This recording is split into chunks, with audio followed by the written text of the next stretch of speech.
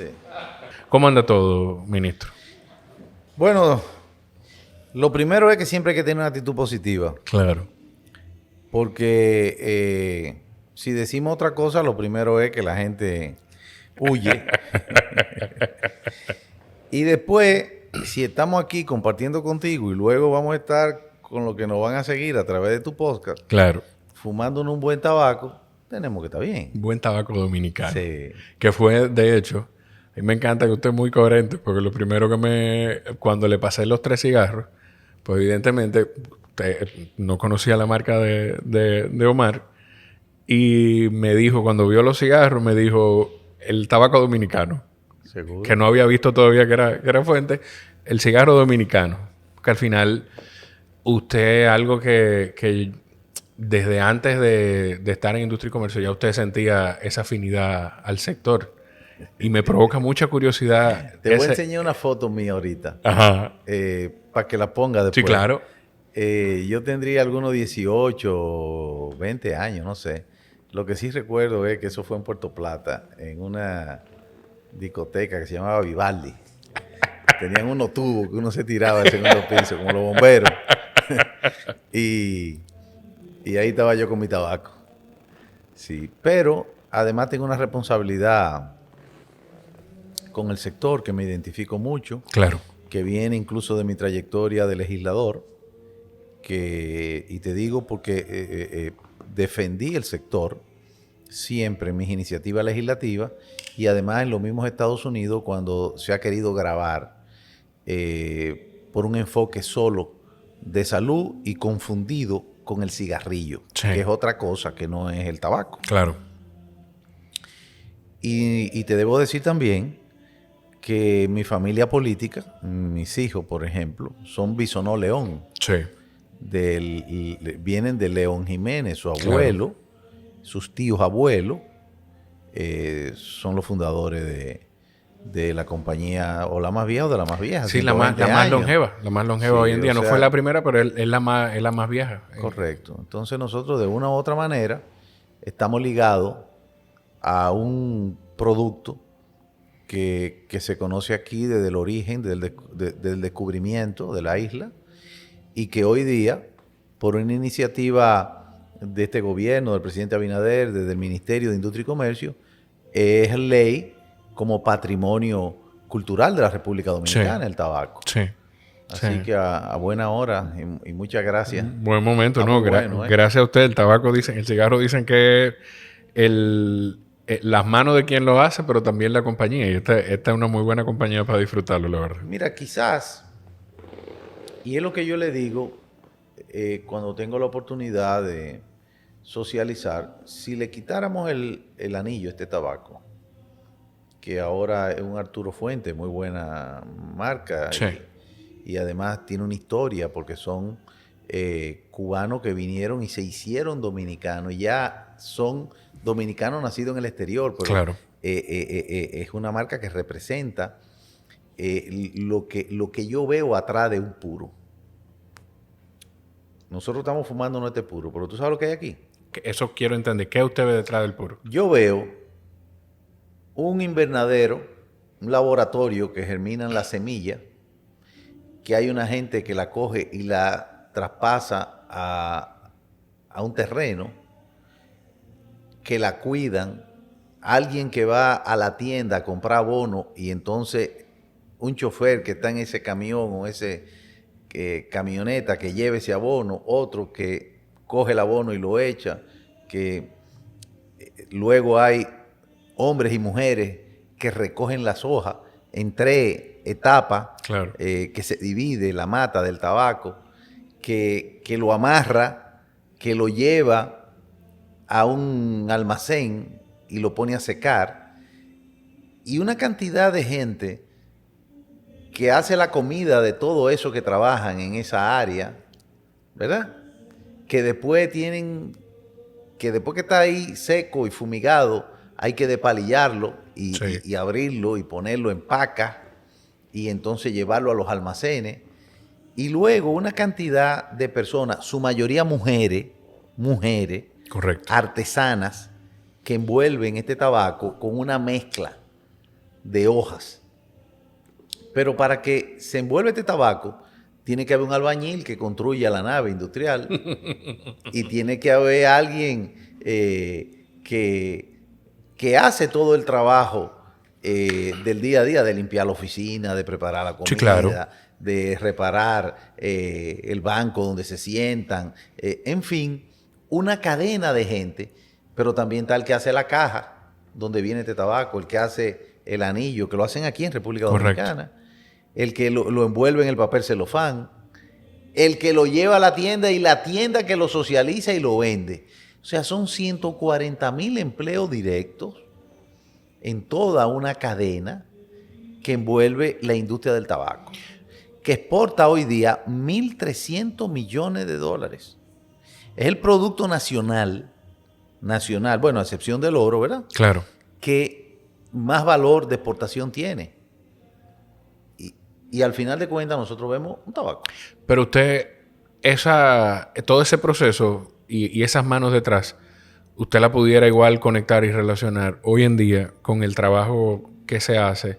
Yo lo veo incluso en su carrera política, pero antes de caer ahí, usted lo pudiera relacionar con el trabajo que se hace hoy en día en industria y comercio, desde acuerdos, desde promover leyes como el tema de logística, desde hasta los subsidios a los combustibles. O sea, todo ese trabajo que la gente ve el resultado final, hay un trabajo arduo que pasa detrás en el Ministerio de Industria y Comercio, que de alguna forma usted pudiera hacer hasta el símil con la industria del tabaco. Sí, todo está encadenado. Yo te diría, ya que tú lo quieres ver desde el punto de vista del oficio que nos toca a nosotros hoy, que es el Ministerio de Industria y Comercio y del equipo que nos acompaña. Claro. Nosotros, la primera salida del presidente fue a Santiago de los Caballeros en el 2020, después de su juramentación. Y nosotros tuvimos la oportunidad, yo diría que el privilegio, porque nos dio la oportunidad de demostrar lo que podíamos hacer, Sí. de presidir la mesa del relanzamiento del tabaco. Y entonces, ahí en esa mesa, con un sinnúmero de entidades que también la conforman, hemos podido llevar el tabaco, primero de aumentar el cultivo de 100,000 tareas a 150,000 tareas. De que hayan sectores como algunos territorios entre Santiago Rodríguez y Dajabón, Amina, que tenían 30 años que no se sembraba tabaco, la tierra estaba baldía, y que hoy día están sembrando tabaco con regadío, fumigado por aéreo, por drones. Sí. Y hay provincias como San Juan de la Maguana que no se cultivaba tabaco, que se está cultivando tabaco, y que tenemos una zona franca que no existía, que tiene 6 naves que están trabajando con tabaco. Entonces, llevamos la exportación de 900 millones de dólares a 1.300 millones de dólares.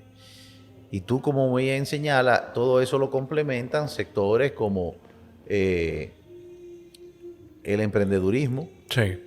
¿A qué me refiero? Estamos identificando 15 jóvenes entre Elías Piña y Las Matas, jóvenes, con 50 tareas de tierra, para darle asesoría, para darle financiamiento y para que comiencen con su emprendimiento en el campo y que tengan de la mejor manera una buena experiencia. Que ahí hay un impacto importantísimo y yo no lo había visto hasta conversarlo reciente con mi compañero de programa Máximo Romero, que mucho del tema de la migración del campo a la ciudad es por falta de oportunidades. Sí. Es porque la gente quiere crecer y progresar. Y si encuentran oportunidades en el campo, pues no se mueven. No se mueven porque nadie quiere dejar su casa donde nació y creció. Entonces, hay un impacto importantísimo ahí también. Eso es lo que estamos viendo. Por eso también, aquí voy a hacer un salto. Claro. De la iniciativa del presidente con los expresidentes. El presidente lo convoca, los expresidentes Fernández, Medina y Mejía acuden, y yo creo que una señal cívica de madurez que hoy día es escasa o única en el mundo. Sí. Y entonces nos estamos enfocando en sacar una propuesta de la frontera completa que lleve también a que haya iniciativa, a que haya facilidades, a que se retome la frontera como el inicio del país y que la gente se pueda quedar ahí porque tiene oportunidad de ahí. Entonces, es una visión general de todo lo que puede beneficiar. Usted es un hombre, usted es un capitaleño de campo. Porque una de las cosas que por lo menos por sus redes yo veo que usted más disfruta es irse al campo con su familia, principalmente si va Mateo. Si Mateo no va, usted deja a la familia, se va con su señora, pero tiene que ir Mateo. Sí. Mateo es el nieto del ministro, que si usted no lo sigue es por eso que no sabe quién es Mateo, porque en la cuenta de Instagram del ministro está su trabajo en el ministerio, sus manifestaciones, que quiero que hablemos de eso, solidarias con Venezuela en los últimos meses, en el último año, y su rol de abuelo. Eso es lo que hay en su cuenta de redes sociales. Ahora nada de Hito Bisonó, ni del hijo de Ivonne Asa o de Víctor Bisonó. Nada. Ni el papá de Diego, Daniel o Andrés. No, ahora yo soy el abuelo Mateo. Y entonces resulta que tanto Sol, porque no puedo dejar a Sol atrás. No, por favor. Tiene 1 año y medio, ahora que ella viene empujando, pero viene copiando al hermanito más grande. Y el hermanito más grande tiene energía y se lanza además. Sí. En estos días sale a marotear allá en Jarabacoa y recoge diferentes productos. Limones, había un zapote, unas guayabitas chiquitas, rojas por dentro, riquísimas. Cajuelito Sulimán, naranja, habían diferentes cosas.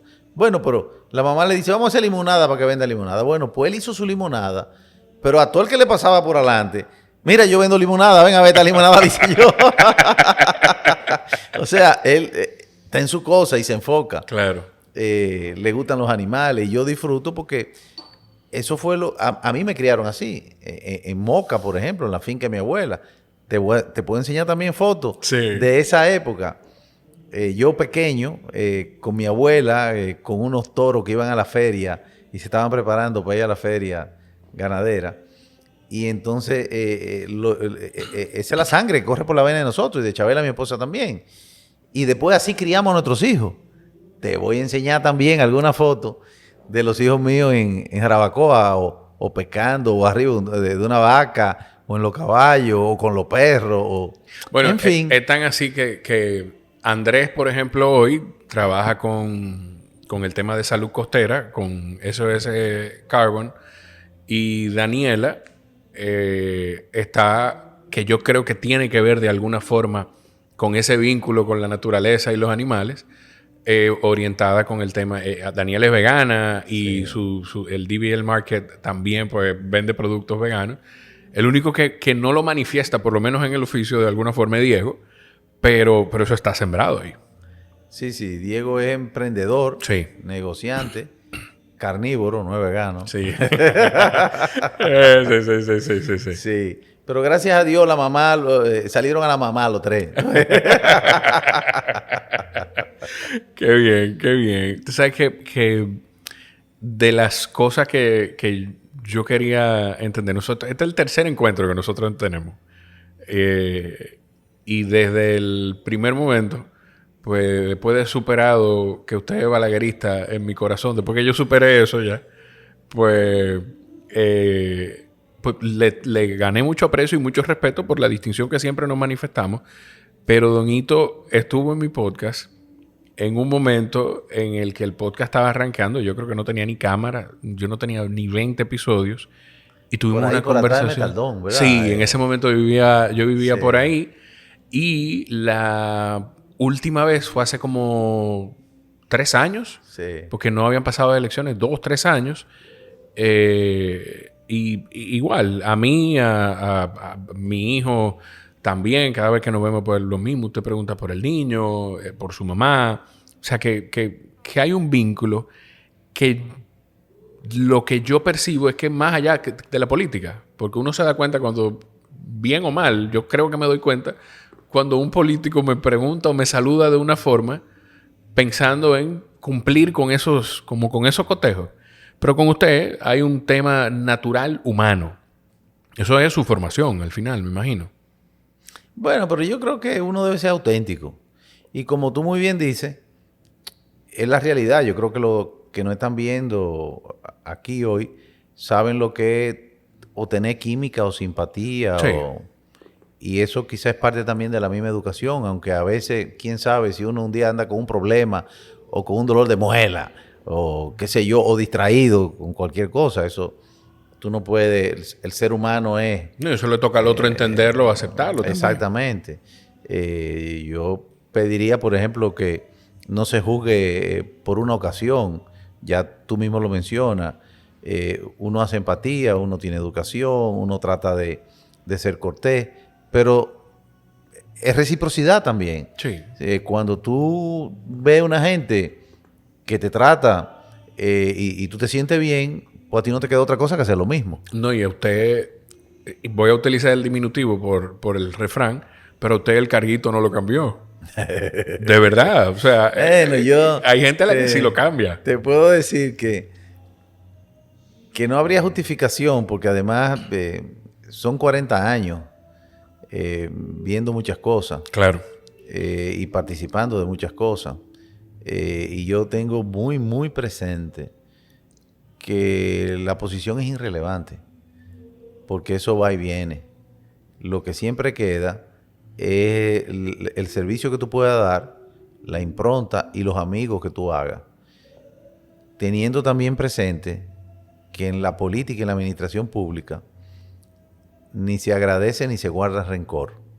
Uno está en eso porque le gusta, claro. No es obligado, sino no esté, y sabiendo que tiene su, por ejemplo, al tú ser un funcionario público, lo primero es que te ponen una lupa.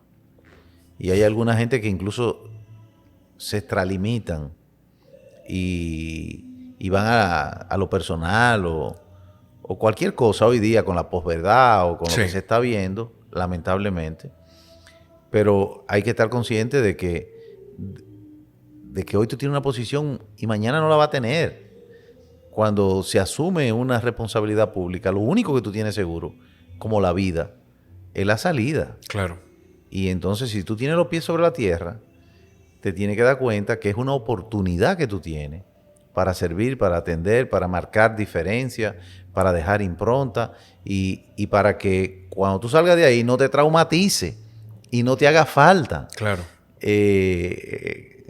Y gracias a Dios, yo creo que en eso estoy muy claro. Y de ahí yo rescato un par de cosas. Y la primera es lo que usted dice de la lupa.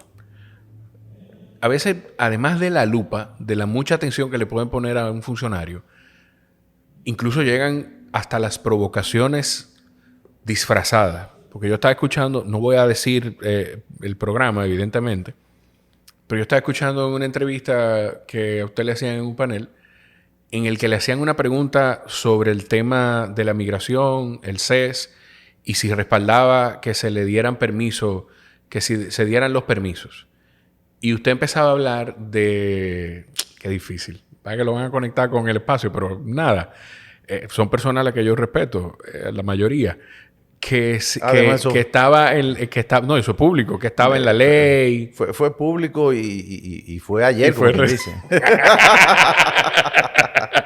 Pero que fue estaba, muy bien. Que estaba en la ley. Pero cuando usted empieza a decir, bueno, pero es un recurso que está en la ley. Entonces los permisos.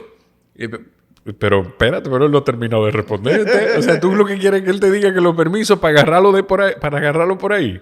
Yo lo percibí y me quedé con eso. Dije, lo cuidadoso que debe ser un funcionario, más en una posición como la suya, al hablar, lo que dice, lo que no dice. Es complejo tener...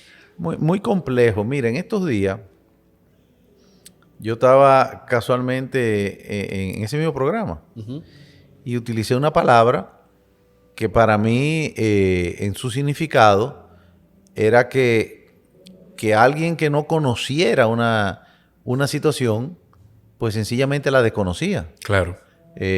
Yo, por ejemplo, cuando llegué a la posición que estoy, ignoraba muchas cosas porque no la conocía. No quiere decir que no la pueda aprender. Claro. No quiere decir que yo no tenga capacidad de aprenderla. Y entonces uno tiene que ser cuidadoso porque los interlocutores pudieran no solamente tomarla inadecuadamente, dependiendo el intención. momento, la intención o la oportunidad para crear una dinámica diferente, sino que, como tú dices, el otro interpreta a su conveniencia, y quiero dejar claro que no por malo, sino por crear una dinámica, porque acuérdate que hay muchos espacios de comunicación diferentes. Correcto. Cuando tú ves un programa, primero sería muy aburrido si te preguntan nada más lo que tú quieras. Sería un monólogo y además de eso no sería una entrevista, ni sería la esencia de los programas. Tienen que pullar, tienen que llegar a sacarte, a tratar de sacarte. ¡Ah, tú ves! Entonces, hay diferentes tipos de programas.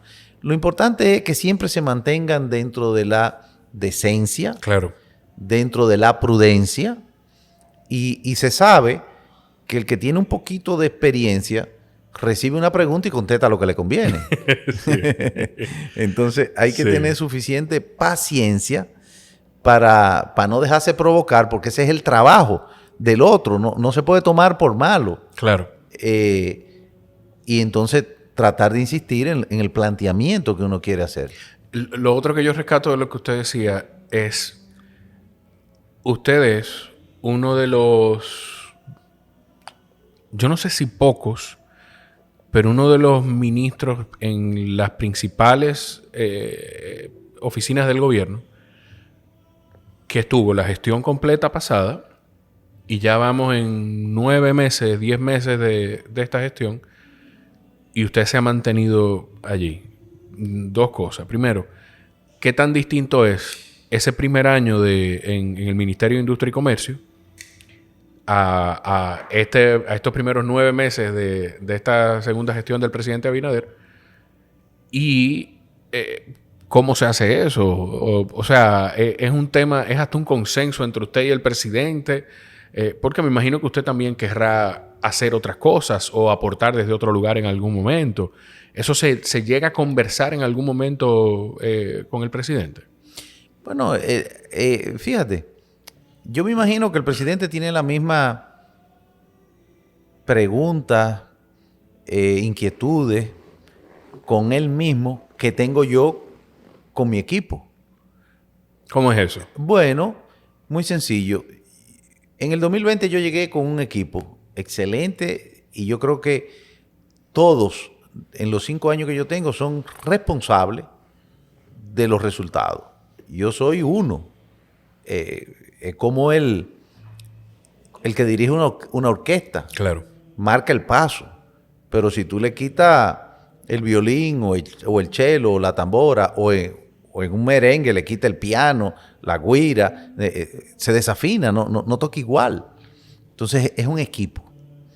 Y yo me pregunto, bueno, yo convencí a Carlos Guillermo Flaquer que saliera de director de logística de DP World para que él viera el monstruo por dentro. Ven, para que tú te desarrolles, muchacho joven, conoce la parte del Estado. Y me dice, está bien, 2 años. Jonathan Burnigal, claro, director de gabinete, lo mismo, ven, conoce, no, yo estoy muy bien, yo tengo 1000 negocios, 1000 proyecciones, 1000 cosas. Bueno, 1 año, bueno, 2. Otto González, por decirte, Fantino Polanco, Mario Pujols, que comenzaron y ya no están. Primero me siento orgulloso porque fui parte de una escuela y es como cuando tú ves a alguien que se gradúa, tiene éxito y tú dices, bueno, pero yo tengo un granito de arena, ¿verdad? Y luego, porque entonces yo me pregunto por adentro, bueno, ¿quién lo sustituye? Claro. Para que sigan con ese ritmo, para que puedan ser innovadores, para que traigan nuevas ideas, para que cambie, para ser disruptivo incluso, para que la gente no se acomode. sino que entonces estén alerta. ¿Qué puedo hacer? ¿Dónde están los nuevos retos? ¿Qué visión diferente tengo? Y hay que estar en constante seguimiento para que no llegue a, bueno, ya lo hice bien, ya me quedo tranquilo. No. ¿Cuáles son los nuevos retos? ¿Cuáles son los nuevos desafíos? Por ejemplo, nosotros hoy día tenemos retos nuevos que no fueron los retos con los que comenzamos. Hoy día tenemos el hub logístico que sacamos una ley de consenso entre sectores que estaban enfrentados.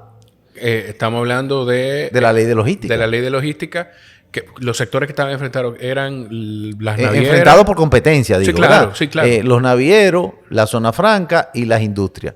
Que creían como que eran unos espacios cuando lo importante es que se mueva la carga. Claro. Y que se mueva con agilidad. Y que se complementen uno con otro. Esa es nuestra visión. Entonces, eso hay que madurarlo. Y eso hoy día significa ahorro de tiempo y dinero, pero claro, significa más trabajo, significa eficiencia, significa que venga más inversión al país y todo lo que cascadea con eso.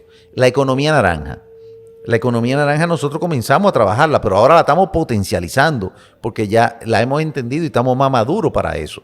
La economía naranja, por ejemplo, en Colombia, que el presidente Duque nos ayuda en eso, cuando el presidente Duque llegó, para ponerlo como ejemplo y nosotros a seguir ese modelo, no existía y terminó siendo el 14% del PIB de Colombia. Que yo lo voy a comprometer aquí, yo no acostumbro a hacer esto. De hecho, nunca le he escrito con esto, pero yo lo voy a comprometer aquí. Yo necesito al presidente Duque cuando esté de regreso aquí en el país. Claro. En el podcast.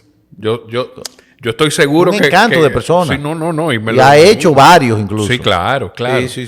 Pero me encantaría tener... Cuenta con eso, yo hago la diligencia. Y hay diferentes...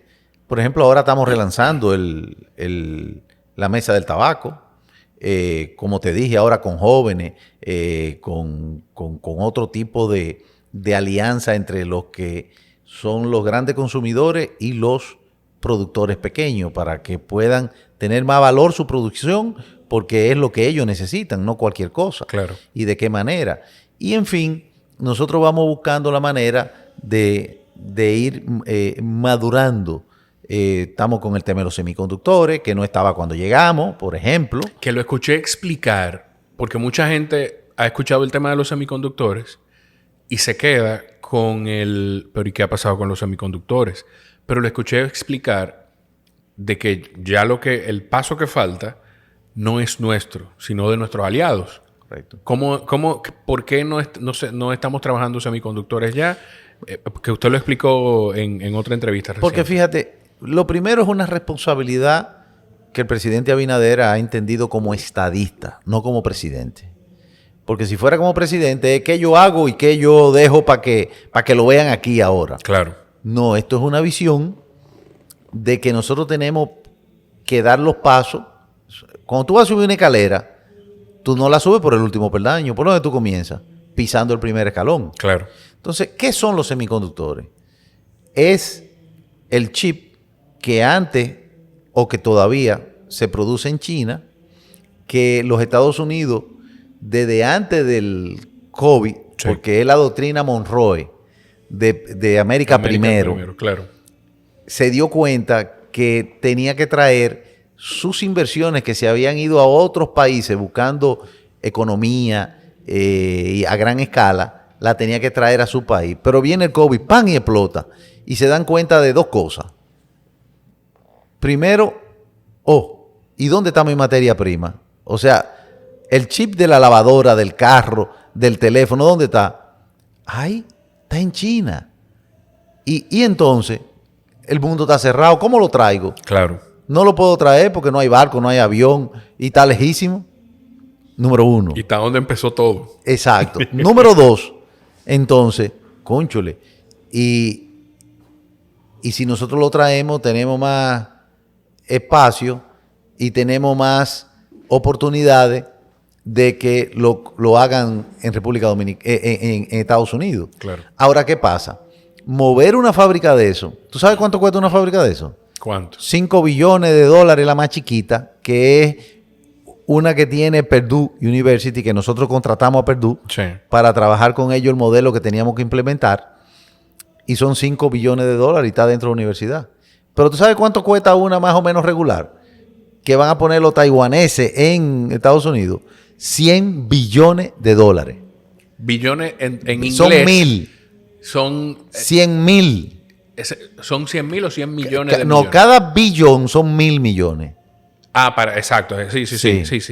Entonces, Lo que pasa es que me quedé con el billions en inglés, el de lo que le trillón. contaba Sí. de Omar. Sí. entonces, cuando ellos lo hagan en los Estados Unidos y pongan la fábrica, es que nosotros podemos hacer la parte que nos tocaría a nosotros, para la cual estaríamos habilitándonos. Y las Américas, corte, prueba y embalaje. Eso viene en una bandeja verde, se corta, se prueba, si hay que hacer un ajuste se hace y se embala para donde se va a llevar. Que es lo que hacen también como segunda parte en muchos países de Asia. Claro. Entonces, por eso es que yo digo, tenemos que prepararnos, porque es el cuento del el huevo y la gallina. ¿Cuál es primero? Sí, no sabemos. No sabemos. No Pero sabemos. lo que sí sabemos es que para que esa inversión venga aquí, nosotros tenemos que tener los recursos humanos preparados. Claro. Y tenemos que tener los parques, ya sea con las inversiones hechas o los parques disponibles para que esa gente venga a hacer las inversiones. Claro. Pero tiene que haber un ecosistema. Entonces nos estamos preparando para todo eso. Hay algo que usted decía, una cosa. Yo sé que estamos en medio de conversaciones importantes para la República Dominicana. O sea que si en algún momento tenemos que hacer una pausa, sin tema, usted me dice y lo pausamos. Bueno. Yo voy a cometer una indiscreción. El ministro viene de tener 3 reuniones hoy, pero no 3 reuniones. De empezar con una aquí en Santo Domingo, de tener que ir a Santiago y de regresar a otra en la Casa Grande de todos los dominicanos. Y llega aquí y es entre llamadas con el tema del que estamos todos pendientes, que es el tema de los aranceles. No es fácil, ministro. Si fuera fácil, lo hiciera cualquiera. Usted mencionaba con el tema de la gente que usted de alguna forma trajo al ministerio y con los que pues, ha podido dejar algo en ellos y colaborar con su desarrollo. En su carrera, ¿usted recuerda quiénes pudieron haber hecho algo como eso con usted en su carrera política? Sí, yo vengo... Lo primero es mis padres, que quizás esto hace mucho tiempo, cuando yo comencé mi formación política fue con el Instituto de Formación Política de la Konrad Adenauer, social cristiano. Claro. Fui a Venezuela, me formé en Venezuela con el partido COPEI. Venezuela antes era el referente de la democracia de las Américas, con 2 partidos muy fuertes, tanto socialdemócrata como social cristiano. Y hoy es todo lo contrario, la vida da mucha vuelta. Y en esa oportunidad, mis padres, por ejemplo, mi mamá era directora del Teatro Nacional, pero del gobierno Jorge Blanco. Sí. Mi papá, director de Patrimonio Cultural de ese gobierno. Mi tío, Orlando Asa, secretario técnico de ese gobierno. Y yo decido, desde 2 años antes, porque era el gobierno de Antonio Guzmán, cuando entré a la escuela de formación política de la Konrad Adenauer, y sin embargo me apoyaron y me dejaron no solamente en la libertad, sino entendieron, y eso es raro, que una gente con pleno gobierno, en el gobierno y de afecto del presidente, del canciller, que era José Augusto Vega, y de muchísimos otros funcionarios, en vez de decir yo estoy en el gobierno y cuidado que estoy en el gobierno, decir no, yo voy a la oposición y voy a hacer carrera de esta manera. No, y al otro lado, porque era el otro lado. En ese momento que la política era diferente, aunque había formación, eran batallas campales. Claro. Con cosas que gracias a Dios se han superado en la República Dominicana. Hoy quizás no tenemos formación, pero tampoco tenemos diferencias que lleguen a los enfrentamientos físicos, como se registraban en esa época. ¿Usted ve falta de formación en la política? Sí, totalmente. Ahora no hay escuela política en ningún partido. Yo creo que falta... escuela política funcional, por lo menos. Yo no te diría ideología, porque ya no existe ni la izquierda ni la derecha. Gracias a Dios, el mundo se ha movido al centro. Y claro que tienen que haber ideas diferentes. Eso es lo bueno de la democracia. Pero yo creo que nos falta, como en la partidocracia, Sí. tener formación política. ¿Cuáles son los principios? ¿Cuáles son los valores? ¿Qué visión tienen? ¿Cuáles son las prioridades? Bueno, y hacerla por formación, no por un discurso político de coyuntura, porque tú sabes que aquí falta esto, entonces tú dices, bueno, yo voy a hacer tal cosa porque eso termina siendo populismo. Claro. Entonces, eso yo siempre lo tengo presente, ese respaldo que me dieron en mi casa. Pero luego yo trabajé en obra pública 11 años, en la CDE3, fui congresista, que tuve una valiosísima experiencia y de lo cual conservo muy buenos recuerdos y muy buenos amigos, porque siendo yo de un partido de oposición minoritario, tengo una carpeta de leyes bien amplia y no es más que por el apoyo que me dieron los colegas de otros partidos. Y no solamente en la Cámara de Diputados, también en el Senado, para que pasaran las leyes. Claro. Fui electo 2 veces como miembro del Consejo de la Magistratura, como oposición, 8 años. Entonces, eso se lo debo yo a los colegas míos, que entendieron que yo podía representarlo también. Y no puedo dejar de mencionar, por ejemplo, al ingeniero Marco Subero, que quizás es una persona que no fue político, pero con una formación, dedicación, con una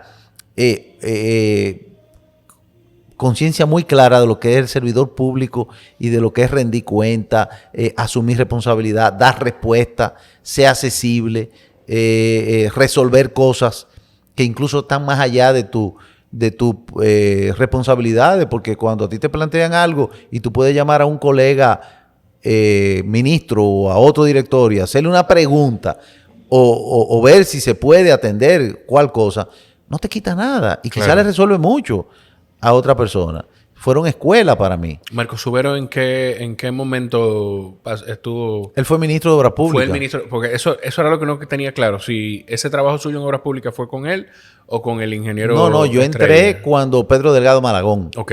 Yo estudiaba ingeniería en esa época, en la UNFU, y entré a la dirección de carretera, donde todavía Mike Logroño es un funcionario de Obras Públicas todavía. Y ahí duré 11 años. Terminé siendo director de gabinete de Marco Subero, con quien después me fui también a la CDE 3 años y pico, como jefe mío. Ya. Usted mencionó el centro. ¿De verdad usted cree que estamos en el centro? Porque yo siento que quienes, y aquí voy a echar la humildad a un lado, pero quienes tenemos algo de conciencia y podemos extraernos de la situación y ver las cosas con algo de objetividad en algunas ocasiones, pues podemos entender que yo no tengo que estar en un extremo y estar de acuerdo con todo lo que esté un grupo con el que hay cosas con las que yo concuerdo. Pero yo sí creo que hay mucha más gente en extremos hoy y menos gente encontrándose en el centro. No lo sé, quizás estoy equivocado. No, fíjate, yo lo digo porque la República Dominicana tiene una trayectoria de más de 40 años de democracia. O sea, aquí han habido quizás escaramuzas, intentos de modificación de constituciones para reelecciones indebidas o muy extendidas. Sí. Pero la verdad es que la República Dominicana tiene un tiempo de progreso, de madurez.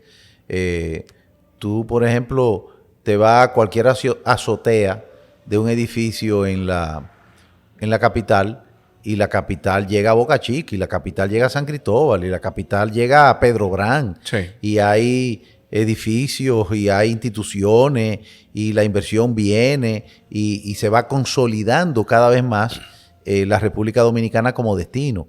Y sin lugar a duda que el presidente Abinader ha potencializado eso, pero también hay que reconocer que ha tenido avances desde los años 60 hasta esta fecha. Y eso solamente se logra siguiendo una ruta de crecimiento. Hay que ver cuántas universidades habían en los años 60 y cuántas hay ahora. Claro. Cuántas instituciones bancarias habían y qué consolidación tiene la banca en República Dominicana y crédito además en cuanto a que es una banca sólida en República Dominicana. La estabilidad monetaria y social, eso no se consigue en poco tiempo. Entonces, a eso es que yo me refiero, que estamos todos yendo a un camino. En el desarrollo. Exactamente, cada cual con su modalidad, con sus visiones, pero el país va caminando hacia el progreso. Yo creo que quizá la última gran crisis que tuvo la democracia, sin contar lo que nos pasó en el 20, fue a principios de los 90 con el pacto que terminó en el pacto del presidente Balaguer y el presidente Peña Gómez, que grabando con Yatzel Román,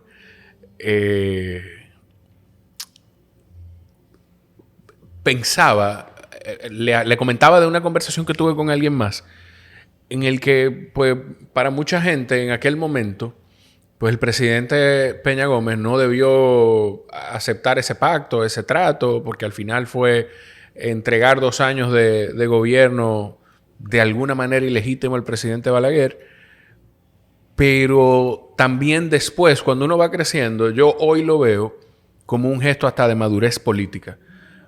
Porque quizá con lo que venía, con los antecedentes que teníamos recientes para esa época, pues quizá eso habría desatado un estallido social que no sabemos dónde habría parado. O sea, como que con los años también uno va viendo las cosas de una forma distinta. Indudablemente, por eso dicen que joven sin corazón y adulto sin cerebro es un problema. Y es que con el tiempo uno se va volviendo más conservador. Y esta sociedad es muy conservadora. Sí. Si tú te pones a ver, Peña Gómez fue un gran líder de masa. Pero también la gente se preguntaba, bueno, ¿y por qué no llegó? ¿Por qué no llegó a romper la barrera de la diferencia de la cantidad de votos? Quizá por esa misma energía veían a otros candidatos más conservadores más y entonces sosegados. Más sosegados y quizá eso le daba cierta ventaja, supongo yo, porque al final de cuentas, cuando tú ves cada elección de la República Dominicana, en cada coyuntura, porque la coyuntura, el momento, el timing es muy importante, la sociedad dominicana se ha ido por lo más conservador, del momento. Sí. Del momento. Sí. Eso no quiere decir que siempre sea así la misma figura. ¿Usted cree que la raza o el color de piel de Peña Gómez jugó algún rol verdaderamente en que no alcanzara la presidencia? No, yo no creo eso, porque contrario a lo que se ha querido vender, en República Dominicana todos tenemos el negro atrás de la oreja, como se dice popularmente. Y en República Dominicana yo no he visto ni xenofobia ni ningún tipo de discriminación en sentido general. Eso no quiere decir que no haya un día incidentes puntuales, algún equivocado, porque yo creo que sería de una manera muy equivocada rechazar a alguien por la religión, por su peso corporal, por su estatura, por su sexo o por su color. Eso sería para mí algo inimaginable, para mí. Claro. Pero pudiera haber algo y tomar eso como ejemplo. No, tú no puedes catalogar a una población de 11 millones de personas porque hayan 2 o 3 gente que digan cualquier barbaridad. Entonces yo lo que creo es que el populismo, esa sangre, ese activismo, esa algarabía, por llamarlo de una manera, a veces alejan. Te voy a poner como ejemplo algo un poco más atrás. La diferencia de Juan Bosch a Balaguer. ¿Cuál? Después de la muerte de Trujillo. Ok. Cónchole, 30 años de tiranía. Y Balaguer había estado ligado y siendo el presidente de esa tiranía. ¿Tú crees que se olvidó la gente en los años 60, en el 66, en esas elecciones, cuando Balaguer fue candidato? No, yo lo que creo que la diferencia fue los cocotuces, el látigo, que fueron lo de Viriato Fiallo, lo de Juan Bosch a revolución sin sangre, cambio sin violencia, el trabajo para todos, la reforma agraria, cambio que la gente decía, espérate, yo lo que quiero es mi tranquilidad, mi oportunidad. Un cambio menos agresivo. Menos agresivo. Entonces, por eso es que yo digo que el dominicano siempre se va a ir por lo más conservador, por lo donde ve su oportunidad y donde puede cuidar su familia, su entorno y ver el progreso. Claro, claro. Usted sabe que a propósito de esa forma suya, yo no sé qué tanto eso ha jugado un rol de usted estar en mesas de negociaciones importantes, además de su rol. Porque hoy estamos hablando del tema de los aranceles con Estados Unidos. Pero antes de caer ahí, cuando estaban aquí el grupo de los... ¿Cuántos eran los expresidentes que acompañaban al presidente González Urrutia? Eran 7, 8 expresidentes. No, eran 10. Eran 10 expresidentes. Bueno, a él lo acompañaba un grupo, pero luego nosotros hicimos una actividad con el Centro de Análisis de Políticas Públicas que presido hace 17 años y habían 10 expresidentes iberoamericanos. Sí, sí. Pero en lo que se convirtió de alguna manera en el comando general del presidente González Urrutia, que fue en el Hotel Embajador, estaba, y yo recuerdo esta foto, y recuerdo haberla comentado, una mesa con los expresidentes y estaba usted en esa mesa. Sí, sí. O sea, eso... usted no ha ocupado nunca una posición del mismo nivel en la que están esos ex primeros mandatarios. O sea, no es cualquier cosa estar ahí y no sé, o sea, no todo el mundo se sienta en esa mesa. Bueno, todavía diría yo, ¿verdad? Vamos para allá, vamos para allá. No, pero son mis amigos, compartimos en diferentes foros por aquello de los valores, de los principios, de los resultados. Nosotros, y ahí te cuento, en 2000, yo diría 10, más o menos, comenzamos a manejar una idea que tenía el presidente Aznar, de valores, de hacer un congreso iberoamericano. Ok. Como existe el Congreso Europeo. Ok. Entonces, en ese momento, más adelante, 2015, ganó la partida Chávez, que a nivel de golpe de barriles de petróleo o de petrodólares, se presentó en cada país, hizo ayuda, fortaleció diferentes partidos o personajes, mejor dicho, y se dinamitó la partidocracia. Y fue poniéndole atención, escuché a un venezolano analizar esto, a pequeñas naciones, llamémosle, quizás no es justo decir pequeñas, pero naciones que quizá no representaban tanto en términos de comercio y de desarrollo, pero era un voto más en la OEA, por ejemplo. Claro, el Caribe completo. Correcto. Son 14 votos y todos juntos, incluyéndonos a nosotros, no tenemos la economía de países mucho más grandes. Claro. Pero tienen votos iguales en diferentes estamentos. Entonces, ¿qué decidimos? Crear centros de pensamiento que funcionaran como think tank, que tienen valores y principios y que hay quienes defienden la democracia, la institucionalidad, la garantía jurídica y una serie de cosas. Y entonces ahí estaba el presidente Piñera, el presidente Lasso, el presidente Luis Lacalle, indudablemente el PP de España. Claro. Y también existían y existen formación. Por ejemplo, nosotros aquí en República Dominicana, cuando comenzamos con nuestro centro de pensamiento, el CAPP, fue con la UAS. Y tú dirías, ¿en la UAS? ¿Y te permitieron entrar en la UAS? Sí, me permitieron entrar en la UAS, me prestan y me prestaban la biblioteca, hacíamos campos de discusiones comíamos en el comedor de allá. ¿Y quiénes se inscribían? Abiertas las inscripciones, todo lo que quisieran hablar. ¿Con quién? Con el alcalde más joven de México, con la diputada más joven de Costa Rica, con un exministro de Finanzas, con un expresidente, con un líder de tal o cual cosa, y abierto totalmente. No se le pregunta de qué partido tú eres, claro, ni qué tú piensas, ni qué tú vas a decir, no se cobra, es gratis. Entonces, eso nos ha dado la oportunidad, primero, de ganarnos el respeto, porque después de 17 años, claro, la gente sabe que yo no le voy a hablar de política personal, ni de partido donde yo milito, ni de mi familia, ni de nada de eso, sino que ellos van a tener un espacio y van a poder compartir, y van a poder hablar, y van a poder interactuar, porque lo que nos interesa es la solidez, la madurez, la participación de una clase política. ¿Cómo se le explica a la gente la importancia de un espacio como ese? Porque hoy en día, yo me imagino lo difícil que debe ser. Quizá hay círculos en los que no, definitivamente.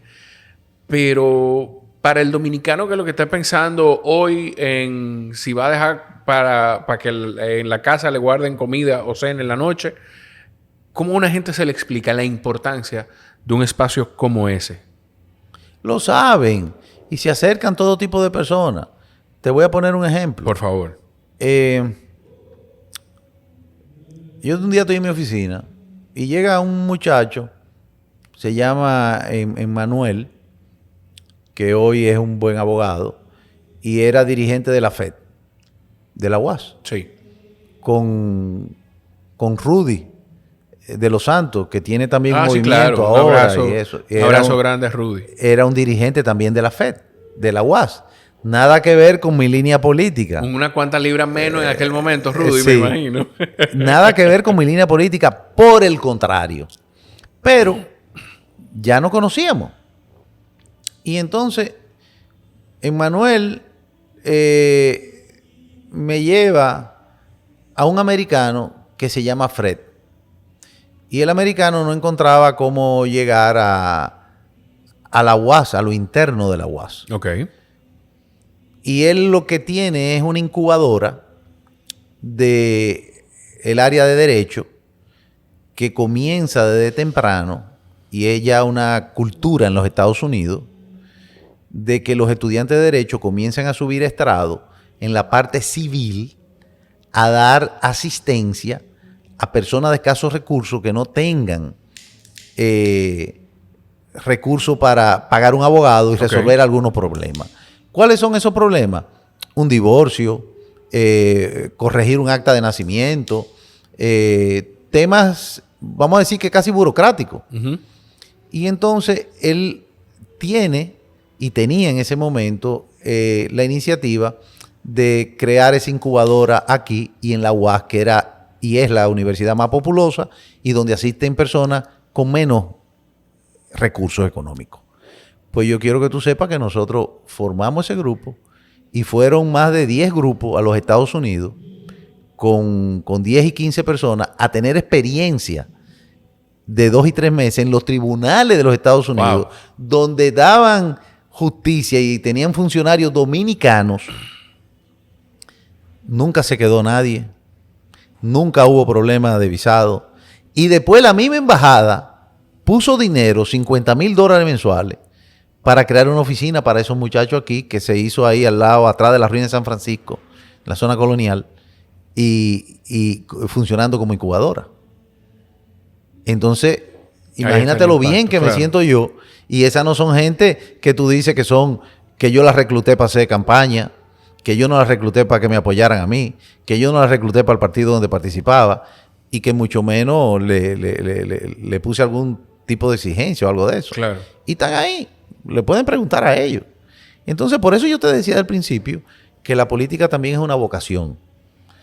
Te tiene que gustar, tú tienes que identificar cosas para dejar impronta.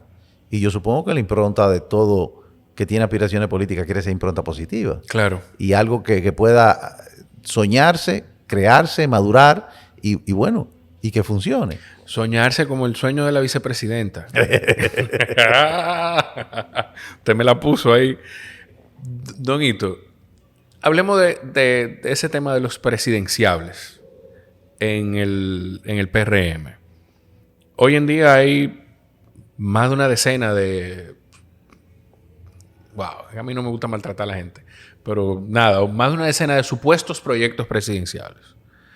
Yo soy de los que creo que hay 3 o 4 que verdaderamente tienen esa intención, que otros están acumulando capital político para tener espacio en el gobierno en el 28. Pero, ¿qué ve usted desde fuera, desde no como un posible aspirante, que no lo descarta, porque hay algo que usted dice... que nadie dice que no... No, el azúcar no le amarga a nadie. El azúcar no le amarga a nadie. Además, yo no he dicho que aspiro, pero yo me pongo muy contento cuando la gente me dice, tú vas a aspirar, ¿verdad? Eso quiere decir que me está viendo con un perfil presidencial. Pero usted no dice que aspira, pero tampoco dice que no. ¿Y por qué te voy a quitar la esperanza que tú tienes? ¿Cómo ve usted esa situación hoy en día dentro del partido, donde hay un grupo de funcionarios y personas en posiciones electivas?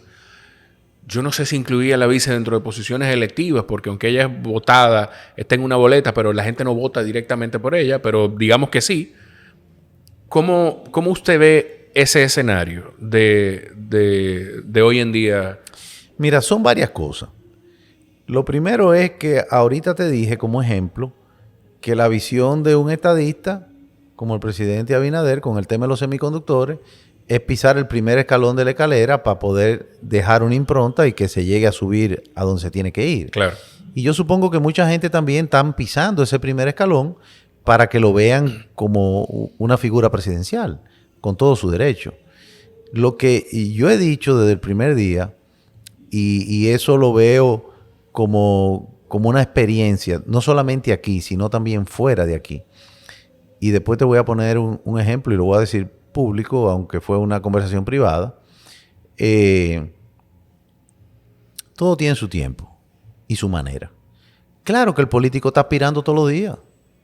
Tú no le puedes decir a un político que no aspire. Claro. Esa es su carrera. Un guardia cuando se engancha como cadete lo que quiere es ser general. Claro. Entonces, ahora, cuando tú haces campaña, cuando tú haces proselitismo, cuando tú distraes la atención y convoca a otra gente también a que se distraigan para tener un activismo político. Hoy día, si el gobierno tuviera cualquier tipo de retraso en cualquier proceso, ¿tú sabes lo que va a decir la gente? Bueno, no se están ocupando porque están en política. Claro. ¿Y cuál es la mejor carta de presentación para un partido que esté en el gobierno presentarse a unas elecciones con otro candidato? Su gestión de gobierno. Esa es la primera. Nosotros en este momento tenemos una simpatía apoyada por un presidente cercano, amable, que aún teniendo mayoría en el Congreso no la usa, sino que dice, mira, propongo esto, ustedes no están de acuerdo, pues lo retiro. Entonces, eso nos da una fortaleza a nosotros, aparte de que la oposición está dividida, que no parece que tiene posibilidades de acercarse y que además los candidatos que pudieran verse en la oposición tienen un desgaste, un techo de rechazo importante. Pero nosotros no podemos abusar de eso. Claro. Nosotros tenemos que concentrarnos. Todavía hoy no tenemos un año de este gobierno, de este segundo mandato. Hace un año que pasaron las elecciones, pero el 16 de agosto que se cumple el año de los 4 que nos tocan. Entonces, nos queda mucho por hacer, consolidar a un presidente que va a salir joven, que puede ser un referente que hace mucho no tenemos, porque esos perfiles no lo han querido jugar los expresidentes, y que nosotros tenemos entonces que presentar un candidato producto de una buena gestión para continuar una buena gestión. Claro. Lo que te iba a decir es... Por favor. Que un día tengo yo aquí, año 2015, al expresidente Piñera, a quien lamento muchísimo su fallecimiento porque era un referente de democracia, de desprendimiento, de liderazgo en el mundo, más para América Latina. Fue muy triste porque me parece, sáqueme del error, porque creo que falleció con sus familiares, con algunos No, familiares. falleció solo. Falleció solo. No sé Él salió de su casa de veraneo en un lago, Ajá. manejando Era arriesgadísimo. Sí. Cada vez que venía aquí, que piloteaba helicóptero, buceaba, montaba a caballo. Bueno. Qué personaje. Un personaje. Salió de su casa en su helicóptero, que era un helicóptero, era un hombre de 3, 4 billones de dólares. Y andaba en un helicópterito Robinson, que es un helicóptero pequeño, Claro. de pistón. Se empañó la cabina completa, iba sobre un lago que no sabía dónde estaba en la montaña. Entonces dicen las otras 3 personas que iban con él, que sobrevivieron, que él le dijo, yo voy a bajar el helicóptero, cuando esté bien bajito ustedes se tiran, que después yo me tiro. Wow. Así pasó, se tiraron la persona, Wow. y cuando él o se iba a tirar, no pudo salir del helicóptero, lo encontraron con el cinturón puesto, quién sabe si se dio un golpe o lo que sea, pero murió ahogado. Entonces, también eso es una muestra de valentía. Y de desprendimiento. Y de desprendimiento. Pero lo que te iba a decir es que en el 2015 teníamos un almuerzo con un expresidente. Y ese expresidente le preguntó, ¿usted va a aspirar de nuevo en Chile, verdad? En su país. Y él le dijo, en pocas palabras, le dijo, bueno, mira, lo primero es hacerte extrañar. A ver si es verdad que tú puedes. Si la gente te aspira a ti, si la gente te ve a ti como una alternativa, si tú puedes ser un buen candidato. Esto te lo digo para los que en serio quieran ser un buen candidato, claro, que no sean solamente tener un inicio de carrera. Y yo creo que eso se complementa con la comparación también de lo que son funcionarios. Lo primero que tú tienes que hacer es una buena gestión. Lo primero que tú tienes que hacer es que la gente se dé cuenta que si hay un problema, tú da la cara. No es solamente ser complaciente o salir en los momentos oportunos. Porque la gente se va a preguntar, pero ven acá, y cuando hubo tal problema, ¿qué dijo esta persona? O este aspira a la presidencia, este no aspira a administrar un club de billar, que habla nada más de billar. ¿Qué tú opinas de la migración? ¿Qué tú opinas de la salud? ¿Qué tú opinas de los aranceles? ¿Qué tú opinas de lo que está pasando internacionalmente? ¿Qué tú opinas? Porque también hay, y esto lo voy a decir yo, hay candidatos que no opinan. Hay gente que está en la carrera presidencial y yo esto lo critiqué con nombre y apellido en un momento, y hay candidatos que no opinan. Hay algunos, para mí fue muy grato ver desde hace un par de semanas a la alcaldesa del distrito, por ejemplo, embarcarse en déjame visitar la frontera y hacer y cosas que impactan tema nacional, pero aquí hay otros candidatos, otros aspirantes que no opinan de nada. Porque es un tomador de decisiones. Y eso no quiere decir que tú sepas de todo. Pero, ¿qué información tú recogiste? ¿De quién tú te asesoraste? ¿Y cuál es tu posición sobre tal tema? Entonces, mucha gente cree que solamente son likes hoy día, mediáticos. Sí. Y eso se desvanece así. Like y encuestas. Así se desvanece. Yo lo digo para todo el mundo. Y lo digo porque como tú me has preguntado que qué yo opino de las aspiraciones en este momento, claro, las aspiraciones en este momento deben de ser de hacer una buena gestión y de dejarle saber a la gente que tú estás ahí, que tú das la cara en los momentos buenos y en los malos, que tú tienes posiciones, que tú significas para un grupo, porque no hay morocota, no hay moneda de oro, que tú significas para un grupo y para las mayorías seguridad, estabilidad, confianza. Entonces, eso es importante. Sobre dar la cara, y mira, lo anoté aquí porque no quería que se me escapara. Sobre dar la cara en los momentos buenos y en los malos, usted fue uno de los pocos funcionarios que dio la cara en el proceso de ley de modernización fiscal. Aquí algo en lo que la gran mayoría de la sociedad estuvo de acuerdo es que todo el mundo, de acuerdo o no con la propuesta de ley de modernización fiscal, creemos que la mayoría de los funcionarios se escondieron, bajaron la cabeza, se echaron a un lado. Pero usted fue de los pocos que salió y estuvo al frente de manera consistente. Bueno, mira, yo creo que mi experiencia legislativa de 18 años es el intercambio de ideas. Yo ni siquiera lo voy a llamar debate. El intercambio de ideas. Al final, tú tienes que buscar un punto en común y la pizarra marca la mayoría. Claro. Entonces, ¿por qué no hablar de una reforma fiscal? ¿Por qué no llegar a un consenso? A nadie le gusta que le toquen los bolsillos. A nadie. Entonces las reformas fiscales no son agradables, no son simpáticas, pero son necesarias. Claro. Entonces, yo creo que tiene que haber una responsabilidad. Yo me enfoqué en mis sectores. La reforma fiscal decía quitarle los impuestos a los pequeños emprendedores. Quitárselo para que pudieran emprender y consolidarse ahí. Adecuar una serie de leyes que yo también en mi experiencia legislativa sé que las leyes no son estáticas, porque cambian en competencia, en modelo, en un mundo globalizado. Entonces vamos a hablar y vamos a ponernos de acuerdo. Bueno, se aspiraban 120 mil millones. Bueno, casi hubo un consenso y se llegaba a 80 mil. Hoy día si tuviéramos 60 o 70 mil millones, tuviéramos más inversión de capital. Claro. ¿Tú sabes lo que es la inversión de capital? Cuando trabaja un albañil, se mueve la economía completa, come todo el mundo. Entonces, quizás pudiéramos haber sido un poco más efectivos. Yo lo que digo es, el carro va muy bien porque va a 60. Bueno, pero ven acá, el límite de velocidad es 80, ¿por qué no podemos ir a 70, 75? Claro. Y yo creo que no hay que tener temor en socializar las cosas, en conversarlas y en dar la cara. Usted dice que las leyes no son estáticas y aunque hay... ¿Cómo uno determina, usted como legislador y específicamente por esta ley de la que le voy a hablar, cómo uno determina si es bueno o no que se haya modificado? Porque lo escuché también hablando reciente de la ley de zonas francas, que tiene decenas de años, 50 años que no se ha modificado.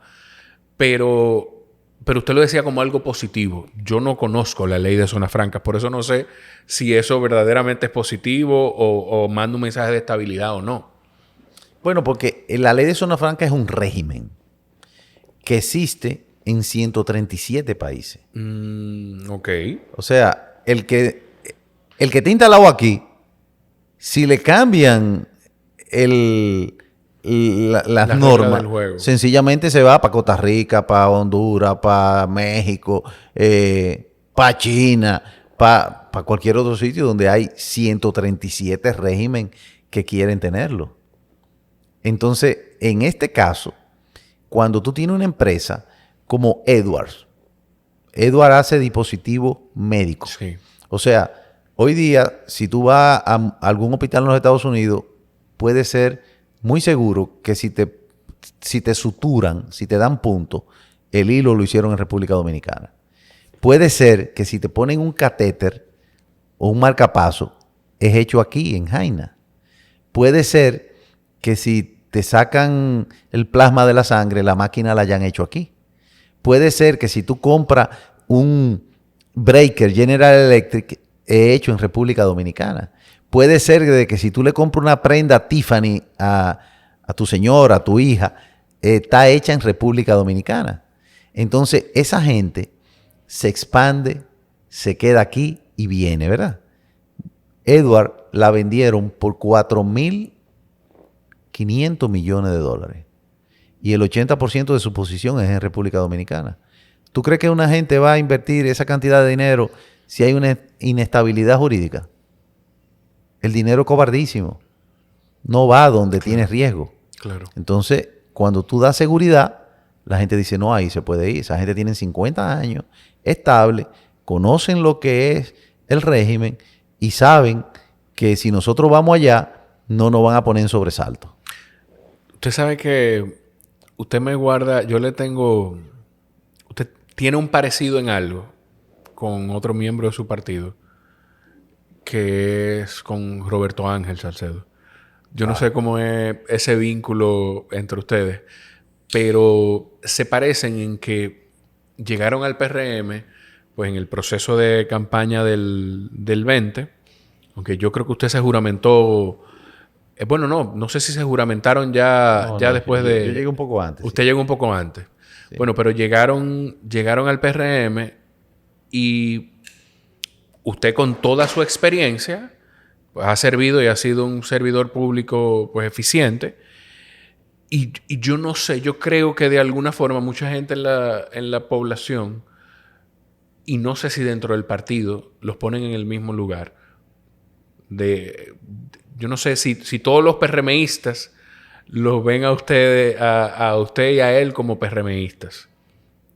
Bueno, mira, primero, excelente persona, de mis afectos.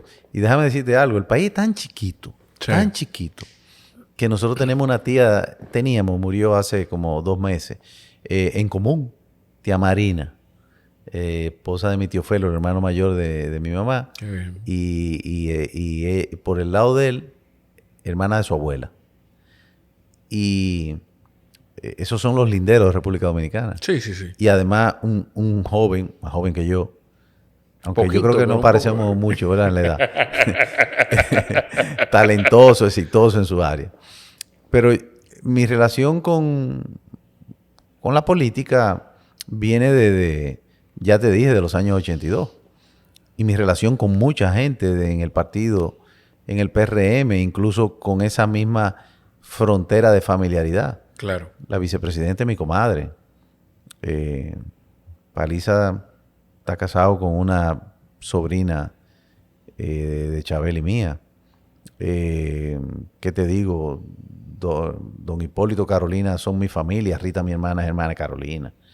Yayo es también mi familia. Doña Zaida y mi mamá, tía Zaida era. Usted se lleva muy bien y con Orlando. Bueno, y Orlandito habla muy es... bien de usted. Habla de usted como un mentor. Es mi sobrino, yo le digo. Orlandito habla de usted como un mentor. Claro. Bueno, fue de lo que estuvo participó en el CAP todo el tiempo. Gloria también, Reyes. Yo recuerdo que estando yo en otro partido, la primera diputación de Gloria, yo como delegado fui a defenderla a los Alcarrizos. A mucho orgullo. Qué bueno. Y la primera vez que nosotros apoyamos a Luis Abinader fue en el 2016, por una alianza del partido donde yo estaba, y yo fui el encargado de inscribir al candidato a alcalde en ese momento, que era David, porque no tenía espacio en el PRD. Y fue por el partido que yo era el presidente en el partido del distrito, y los delegados y el acompañamiento y todo eso. Ahí está la historia, está en los medios de comunicación. ¿Y usted dirigió esa campaña en el distrito? Sí, ahí está, los medios, el Google está ahí, Don Google está ahí. Y entonces eso viene de esa época. Y luego en el 20, bueno, pues ya nos integramos. Yo pasé un proceso y decidí, tuve 4 años sin militancia específica en un partido, sino tratando de armar una propuesta. Correcto. Y cuando vi que el presidente Abinader encarnaba también los valores, los principios, y que tenía el chance, bueno, no era yo el único que podía, y teniendo una visión de Estado y de lo que le convenía al país, pues empujamos entonces esa propuesta. Y gracias a Dios salimos hacia adelante con una alternativa que ha dado los resultados que hoy ven al país como un oasis en el medio de todo lo que está sucediendo en el mundo. Sí, definitivamente. Don Hito, yo voy a hacer una pausita breve, porque tengo que hacer un cambio de aceite. Y vamos a seguir hablando. Voy a dejar la cámara corriendo para que me sea más cómodo editar, oye. Está bien, yo voy a hacer una llamada mientras tanto. Ahí estamos. Ahí seguimos. Yo estoy bien ahí. Usted está bien ahí. Miren, no le dije de... Ese lunar, se llama así ese cigarro de Omar. Yo tengo que presentarlo con Omar de Fría antes de que él se vaya del país. Vamos a ver si lo logro. Ese cigarro lunar se llama así porque... Ya él fuera de NASA, la última expedición que llegó a la Luna era liderada por un amigo de Omar, y esa persona lo llamó y le dijo: Omar, yo sé que tú estás trabajando con temas de cigarros. ¿Tú crees que tú puedes hacerme un cigarro para nosotros celebrar esto? ¿Y fumar allá? Yo no sé si fumaron allá, pero yo sé que ese cigarro es conmemorado por eso. Y no nada más eso. Le voy a pedir foto de eso. Pero en la cápsula que llegó está la marca de ese dominicano. O sea, dentro de otras marcas que habrán pagado muchísimo dinero para estar ahí, está la marca Fratello. Es una historia súper interesante. Yo quedé fascinado con él. No, ya estamos arriba. ¿Tú prendiste ya? Sí, ya yo prendí. Yo prendí antes de sentarme. Me mencionó a su comadre. ¿Cómo es ese proceso para usted? ¿Usted jugó un rol en traerla a la boleta? Porque definitivamente jugó un rol en el proceso de las dos campañas. ¿Pero jugó un rol en traerla a la boleta o cómo fue eso? No, de ninguna manera. Raquel es de raíces PRDistas. Su papá, Leucadio Peña, era un dirigente amigo de don Hipólito, empresario muy cercano al PRD. Y Raquel en las primeras campañas de Luis Abinader fue coordinadora en Santiago, desde antes de yo estar cerca de las candidaturas del PRD de esa época, que era PRD todavía. Ella tiene raíces muy, muy profundas en el PRM y el PRD anteriormente. ¿Cuándo es un tiempo adecuado para una persona dentro del partido manifestar sus aspiraciones si las tiene o responder a las aspiraciones de otras personas que quisieran que ese ministro de Industria y Comercio fuera candidato? Fíjate, yo creo que, como te dije ahorita, no hemos cumplido todavía un año del segundo mandato. Y esto te lo digo en serio, fuera de populismo o de... No, yo le creo. Todo lo que usted me dice, yo se lo creo, don Hito. Sí, pero tú sabes que a los políticos no cogen la cosa con pinza. Sí, claro. Pero la mejor credencial es una buena gestión.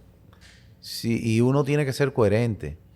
Por eso, cuando el presidente dijo que no pueden hacer campaña y yo veo que dicen que lo apoyan, yo preferiría oír que lo asumen. Y es asumir eso con seriedad, que la gente también lo vea así. Claro. El tiempo dirá si se necesita algo más, si es oportuno, si es el timing. Yo vengo de una escuela, yo tengo 61 años. La primera vez que Balaguer, por ejemplo, fue presidente electo, fue a los 60 y pico de años. Nunca es tarde. Lo que sí hay que ser oportuno. Y si la providencia está para uno y los astros se alinean y es el momento, yo tampoco me interesa estar en una nómina, o sea, ser nominado. Claro. Y decir fue candidato o fue candidato en una boleta o precandidato. No. Yo creo que ya las cosas tienen que ir a lo que es posible. Y en este momento eso hay que evaluarlo con mucha seriedad. Vuelvo y te digo, a nadie le amarga el azúcar. A mí no me desagrada cuando me dicen, ¿y tú vas a ser candidato? Porque entonces, ¿qué me están viendo así? Claro. Y yo no lo he dicho, no lo desmiento, pero yo creo que falta un tiempo. La prudencia también tiene que acompañarlo. El no desmentirlo es definitivamente dejar esa puerta abierta. ¿Por qué no? Qué bien. Yo estoy terminando los episodios con dos preguntas puntuales. Hay una, construí una alianza con Billboard, que es una empresa de publicidad exterior aquí en República Dominicana. Si hay alguna frase que usted quisiera que la gente viera en las pantallas de Billboard aquí en el país, ¿qué frase usted le diría a todos los dominicanos? O a los que están en las calles de la República Dominicana. Hoy día, los dominicanos somos todos. ¿Por qué? Porque si no va bien a todos, yo creo que vamos a hacer una sociedad más feliz y podemos ponernos de acuerdo en muchas cosas. Nosotros no podemos desaprovechar, por ejemplo, en esta ocasión, la llamada del presidente Abinader a los expresidentes y la convocatoria, y hay que reconocer el civismo y también la actitud del presidente Leonel Fernández, del presidente Danilo Medina, del presidente Hipólito Mejía. porque podemos hacer muchas cosas si eso funciona. Y es un ejemplo para el mundo en esta oportunidad. Si hay algún libro que usted crea que es una especie de one size fits all, un libro que todo el mundo deba leerse en algún momento de su vida. Si hay más de uno, puede decirme más de uno. No, son muchos. Yo, por ejemplo, a mí me gusta la historia. Aníbal el Cartaginés. Estamos hablando del Imperio Romano, ¿verdad? Sí. Cómo llegó a sitiar a Roma, cómo llegó y pasó toda esa cordillera con nevada, con elefantes, que hoy tú tratas de hacerlo, poniéndole calefacción a los elefantes, y no pasa. Cómo decidió no desbaratar Roma, aún estando sitiada, y cómo puso de rodillas un imperio. Alejandro Magno. Hoy, si se leen la historia, se darán cuenta de lo que es Irán, Irak, los persas, los griegos, todas esas aldeas que parecieran que son semillas congeladas en el tiempo y que vuelven y surgen, y esa diferencia de esas sociedades. Si tú ves, por ejemplo, la historia de Winston Churchill y esa genialidad de ese viejo ya, y además su vida, cómo lo buscan cómo no lo escogen nunca y lo tiran en un rincón. Sí. Y lo buscan en un momento de necesidad, de liderazgo. Y cómo después que es el héroe de los momentos de guerra y se candidatea, entonces no lo eligen. Entonces, son procesos. Indudablemente, la historia de Juan Pablo Duarte para llegar a República Dominicana, Claro. hay que conocerla y hay que verla. La abnegación de un hombre. Historia como la de Ercilia Pepín o María Trinidad Sánchez, para hablar de las nuestras. Claro. Y últimamente se ha gozado mucho con un libro de Pablo Gómez sobre Balaguer, una novela, que entonces eso te lo dejo a ti de tarea, porque es una novela, pero sobre muchos datos recopilados y realmente es entretenido. De las genialidades. Lo voy a buscar. Yo justo estábamos hablando afuera de nuevo. El ministro, yo le agradezco muchísimo porque siempre me ha distinguido y en medio de todo esto, pues pudo de alguna forma honrar el compromiso de venir a grabar el episodio. Pero el ministro todavía está trabajando a esta hora y trabajando en cosas que tienen que ver directamente con todos los dominicanos. Y eso es valiosísimo. Pero hablando afuera, yo decía, yo le tengo muchísimo cariño a Don Hito. El único problema que tiene Don Hito es que es balaguerista. Pero mira, lógicamente, la historia acomoda muchas cosas. Los momentos hay que entenderlos. Claro. Y la historia del tiempo es importante porque te deja a ti analizar cosas ya con la distancia. ¿Qué fueron esos momentos? ¿Cómo se vio? Si tú ves, todo el mundo tiene sombras y tiene luces. Y tú lo enfocas desde la manera que, bueno, vamos a decir que ojalá no sea con un prejuicio. Claro. Si lo vas a criticar, tú encontrarás muchísimas cosas con criticar a cualquier personaje. A cualquier personaje. De Duarte se dice que no tuvo la manera de armar un ejército, que por eso tuvo que buscar a Santana y aliarse con Santana para la independencia. Y después entonces representaba valores y principios contrarios a lo de Santana, que se convirtió en un dictador y que quiso, claro, por un momento, enmancillar la nueva patria y endosarla a otro país. Pero estuvieron juntos en un momento. Entonces, tú puedes ver a Balaguer, por ejemplo, y yo creo que me atrevería a decirte que tú vas a estar de acuerdo conmigo. En los años 60, ¿se pensaba en el medio ambiente? ¿Era un debate el medio ambiente? No. Y entonces, ¿por qué se hicieron los parques que hay aquí? Claro. ¿Y por qué se hicieron las presas que hay aquí? Entonces tú dices, bueno, pues quizás lo único que yo coincida, porque una cosa es medio ambiente. Bueno, pero ahí hay un punto que hay que reconocerse. Claro. No, y lo hablábamos más temprano en la conversación de que lo sensato es ver que no todo es blanco o negro, que hay que encontrarse en el centro de alguna forma. Correcto. Entonces, las cosas hay que ver qué uno ve, qué uno saca, cuál es el balance. Y yo lo que creo es que hay que unir las buenas voluntades y las historias positivas y tratar de sacar el mayor provecho sobre eso. Usted dijo algo de la historia y de cómo la distancia que nos da la historia nos hace ver mejor las cosas. ¿Cómo usted cree que se va a ver el presidente Abinader con esa distancia que va a dar la historia con el tiempo? Mira, son estilos diferentes. Volvemos a lo mismo. Si tú preguntas por alguien que haya hecho una gran obra, una infraestructura, bueno, tú dices, eso lo hizo tal presidente. Claro. Pero yo creo que una sociedad, para que esté madura y funcione, la parte de la institucionalidad, del respeto, del elevar el nivel de vida de la sociedad en su conjunto, es importantísimo también. Y yo creo que el presidente Abinader va a trascender por la apertura, por la cercanía, por los avances que ha tenido en madurez esta sociedad, no solamente por la impronta física. Y eso es un ejemplo, vuelvo y digo, los presidentes anteriores se juntaban con el presidente y tenían comunicación, y si no buscaban interlocutores.